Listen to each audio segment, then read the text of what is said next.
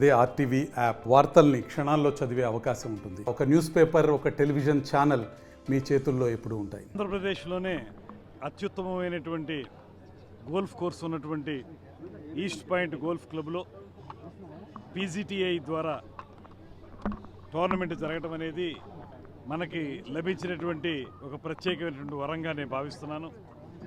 వరుసగా 2వ సంవత్సరం కూడా ఇక్కడ ఈ టోర్నమెంట్ని కండక్ట్ చేయడం అనేది ఈ క్లబ్కు ఉన్నటువంటి వైశిష్ట్యాన్ని మనకు తెలియజేస్తూ ఉంది.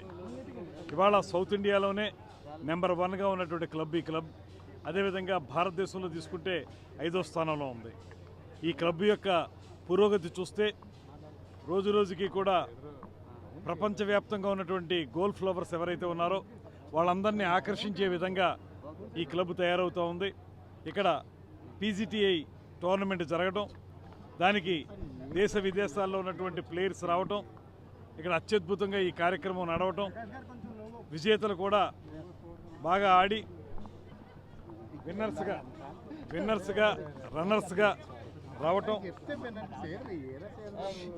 ఇది ఇవాళ మనకి ఈ క్లబ్ యొక్క ప్రత్యేకతను తెలియజేస్తూ ఉంది. దాంతోపాటు రోజురోజుకి కూడా అభివృద్ధి కార్యక్రమాలని నిర్వహిస్తూ ఈ క్లబ్ను ముందుకు తీసుకెళ్తున్నటువంటి ఎంఎస్ఎన్ రాజు గారు, వారి యొక్క బృందం అందరికీ కూడా ప్రత్యేకమైనటువంటి అభినందనలు తెలియజేస్తూ ఆంధ్రప్రదేశ్ రాష్ట్ర ప్రభుత్వం కూడా ఈ గోల్ఫ్ కోర్సు అభివృద్ధి కోసం పూర్తి స్థాయిలో కృషి చేస్తూ ఉంది. కారణం ముఖ్యమంత్రి చంద్రబాబు నాయుడు గారు కానీ, ఉప ముఖ్యమంత్రి పవన్ కళ్యాణ్ గారు కానీ ఇద్దరు కూడా ఆంధ్రప్రదేశ్లో టూరిజంను డెవలప్ చేయాలనేటువంటి అంశాన్ని ప్రత్యేక దృష్టితో చూస్తూ ఉన్నారు. అందులో భాగంగా ఇవాళ గోల్ఫ్ కోర్సుల్ని మనం అభివృద్ధి చేసినట్లయితే టూరిజం ఆస్పెక్ట్లో కూడా ఆంధ్రప్రదేశ్ రాష్ట్రాన్ని ముందుకు తీసుకెళ్లాలచ్చు అనేటువంటి ఆలోచన చేస్తూ ఉన్నారు.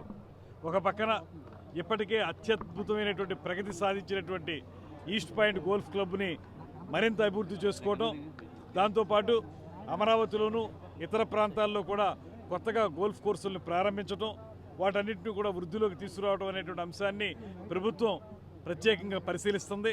రాబోయే రోజుల్లో మేము సంపూర్ణంగా ఈ అభివృద్ధి కోసం, గోల్ఫ్ కోర్సుల వృద్ధి కోసం, టూరిజం అభివృద్ధి కోసం పూర్తిగా కట్టుబడి ఉన్నామనేటువంటి మాటను తెలియజేస్తూ, ముఖ్యంగా ఇక్కడ ఈ టోర్నమెంట్ని 2వసారి కూడా నిర్వహించడానికి అవకాశం ఇచ్చినటువంటి పీజీటీఐ వారికి, అదేవిధంగా నిర్వహించగలిగేటువంటి సత్తాన్ని నిరూపించుకున్నటువంటి ఈస్ట్ పాయింట్ గోల్ఫ్ క్లబ్ వారికి మరొకమారు ధన్యవాదాలు తెలియజేస్తూ, అభినందనలు తెలియజేస్తూ, రాబోయే రోజుల్లో ప్రభుత్వం పూర్తిగా కట్టుబడి ఉంది.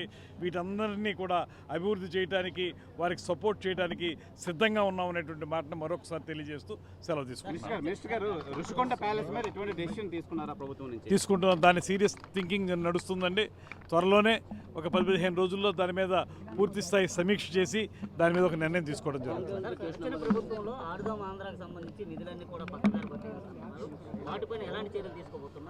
ఇప్పుడు చట్టపరంగా తీసుకోవాల్సినటువంటి ప్రతి నిర్ణయాన్ని కూడా, ప్రతి చర్యని, క్రమశిక్షణా చర్యని కూడా ఈ ప్రభుత్వం తీసుకుంటుంది.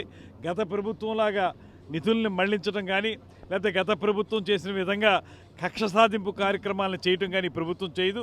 కాకపోతే తప్పు చేసిన వాళ్ళని ఖచ్చితంగా చట్ట ప్రకారం శిక్షించేటువంటి కార్యక్రమాన్ని మాత్రం ఈ ప్రభుత్వం చేపడుతుంది.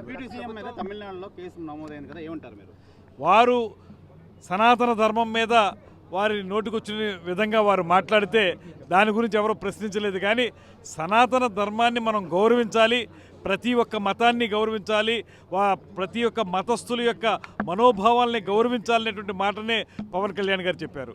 దాని మీద కేసు నమోదు అవటం అంటే వారు చెప్పినటువంటి మాటలకైతే మంచిగానే అనిపిస్తున్నాయి. పవన్ కళ్యాణ్ గారు ప్రజాహితం కోసం, సమాజ కళ్యాణం కోసం చెప్పిన మాటలు వాళ్ళకి తప్పుగా అనిపిస్తున్నాయి. అది వారి యొక్క వ్యక్తిగతమైనటువంటి అంశంగానే నేను భావిస్తున్నాను. మరిన్ని వీడియోస్ కోసం ఛానల్ ని సబ్స్క్రైబ్ చేయండి, లేటెస్ట్ అప్డేట్స్ కోసం వాట్సాప్ ఛానల్ ని ఫాలో చేయండి, అండ్ లింక్ డిస్క్రిప్షన్ లో ఉంది.